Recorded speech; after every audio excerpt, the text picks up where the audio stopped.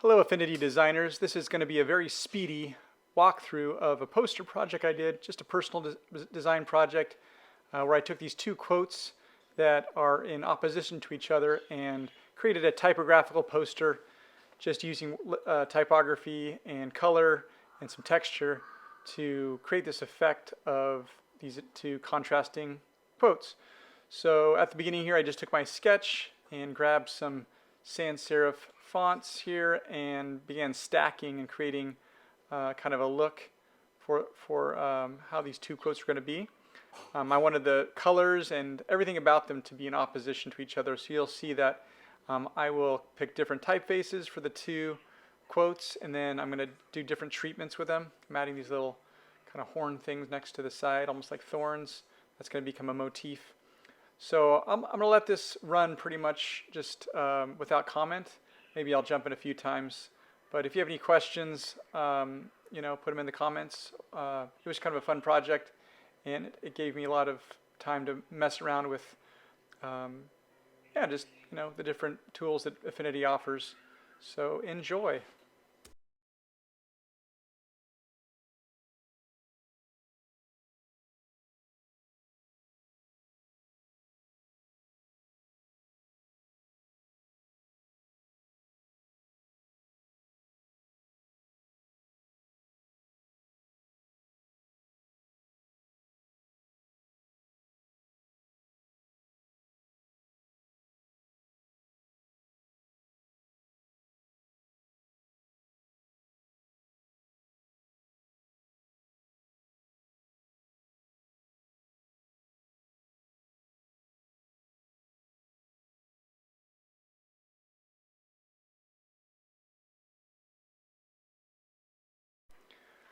I'll jump in here again real quick. So yeah, so the top part's shaping up pretty nicely. And for the lower part, I wanted that word heaven to be, it's a script font, but I wanted to modify it a little bit. So I'm going to start to tweak those curves a little bit, add some shading. And the shading's easy to do.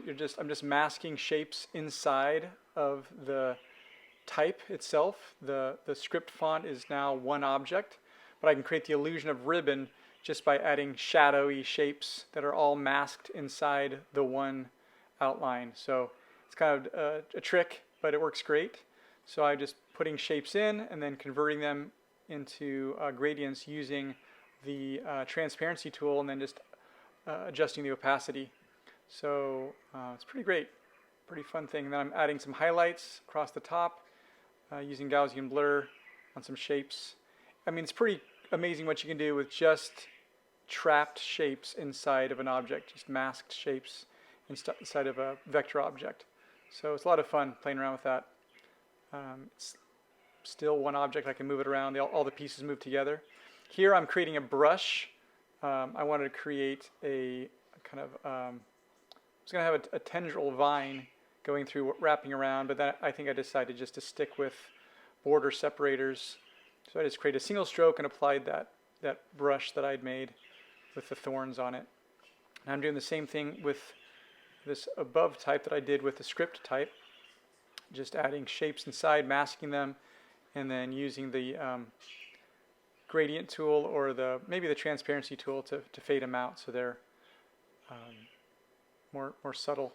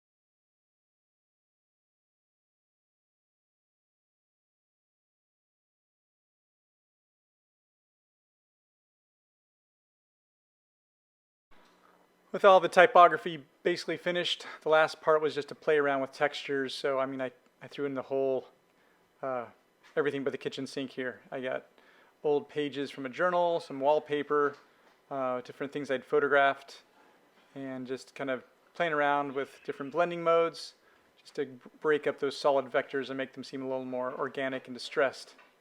Well, I hope you enjoyed that. Thanks for watching. And if you have any questions, leave them in the comments below. I will catch you next time. Bye.